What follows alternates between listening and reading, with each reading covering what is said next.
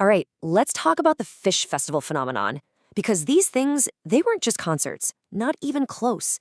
They were these massive pop-up cities built on music. Yeah, but also on mud, on chaos, and on a fan culture that was just unlike anything else.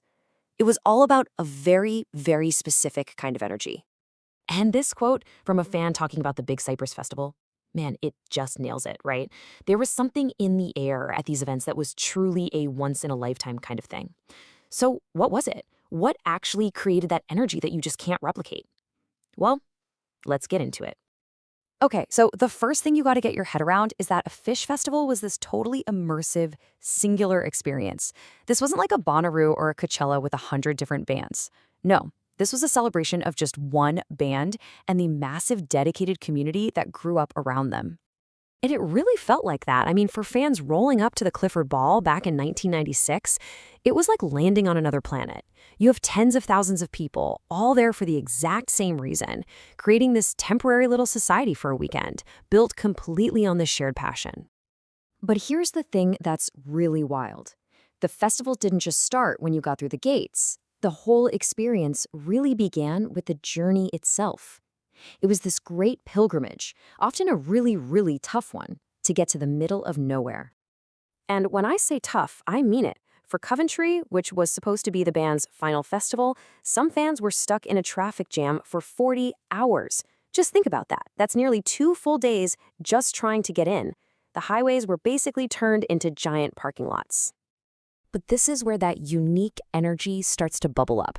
Right in the middle of all that misery, this incredible community spirit just took over. Like on the way to the Clifford Ball, one fan's car breaks down. Out of nowhere, a trucker, a total stranger, pulls over, gets underneath their car, and just rigs the tailpipe so they could make it to the show. The journey was this shared struggle that bonded everybody together before a single note was even played. So once you actually got inside, these festivals became, and this is no exaggeration, the largest cities in their states for a weekend. They were these sprawling tent cities with their own little economies, their own culture, and yeah, their own rules. For one fan who was just 15 years old at the Clifford Ball, that's how he put it. And that just captures the feeling perfectly, the sense of absolute freedom, of self-reliance. Your parents weren't there. For a few days, it was just you and thousands of other people in charge of your own little world. But that utopian freedom, well, it came with some pretty harsh realities. The dream of community was definitely tested by the, quote, dangerously hot, triple-digit heat at Oswego. The celebration of us was set against the infamous ankle to mid-calf deep mud of Coventry. And that beautiful city for a weekend, it often left behind what one fan called a post-apocalyptic scene of trash. It was a mix of something truly beautiful and something pretty miserable. And this unique environment, this perfect storm of freedom, community, and chaos, it created this space for these moments that just became the stuff of legend.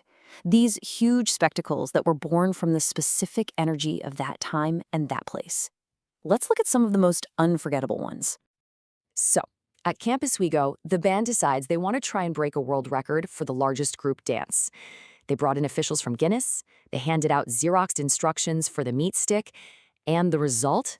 As one fan remembered, it was an absolute disaster, a major fail. People were going left when they should have been going right. It was a hilarious, ambitious failure that was just perfectly Phish. This simple command from guitarist Trey Anastasio sparked one of the most iconic images in the band's entire career. So, during Harry Hood at the Great Went, fans start throwing a couple of glow sticks. Trey sees it, loves it, and tells the crew to go get more of those things. Next thing you know, it's a massive, breathtaking glow stick war under the main night sky. An absolutely legendary moment. You know, the band was famous for its late-night surprise sets, but very few were as wild as this one. At the IT Festival, long after the main show was over, the band just appeared on top of a massive airport control tower. And for all the fans who were still awake, they played this haunting, ambient jam from high up in the sky. A totally otherworldly experience. This might be the most powerful example of what these festivals were all about. At the Great Went, fans and the band spent the whole weekend painting this giant art installation. Then, at the very end, they burned the whole thing to the ground. Now, some fans were furious, but the message was crystal clear. The art wasn't the tower itself. The art was the temporary, shared experience of creating it together. And that theme of things not being permanent, it became devastatingly real at Coventry in 2004. This was billed as the band's final shows, forever. And the festival became legendary, but for all the wrong reasons. The vibe was just heavy, emotional, and incredibly difficult. The whole scene was a disaster from the jump. So many people were stuck in traffic, the band actually told people on the radio to turn around. But thousands just abandoned their cars and walked for miles through the mud just to be there. The fields were so swamped that tractors had to literally tow cars into their camping spots. One fan said the vibe wasn't a party, it felt like being at a funeral. And that somber mood, it carried right over to the music. The band was clearly struggling with the breakup, with their own personal stuff. Fans noted there was a lot of sloppy play, and you could hear the emotional weight of the whole thing in the performance. It was just raw and really painful to watch. The emotional peak, the moment it all came crashing down, was during the song Waiting in the Velvet Sea. The keyboardist, Paige McConnell, just broke down. He was openly weeping at his piano, couldn't even sing his part. Trey had to step in and sing for him. And in that one single moment, the heartbreak of the band's breakup just became overwhelmingly real for everybody there.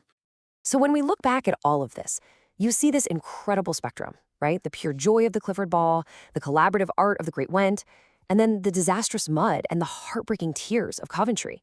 It kind of all leads to this final question, doesn't it? What makes a memory powerful? Is it the perfection? Or is it the flawed, the chaotic, the deeply human imperfections that actually make an experience truly unforgettable?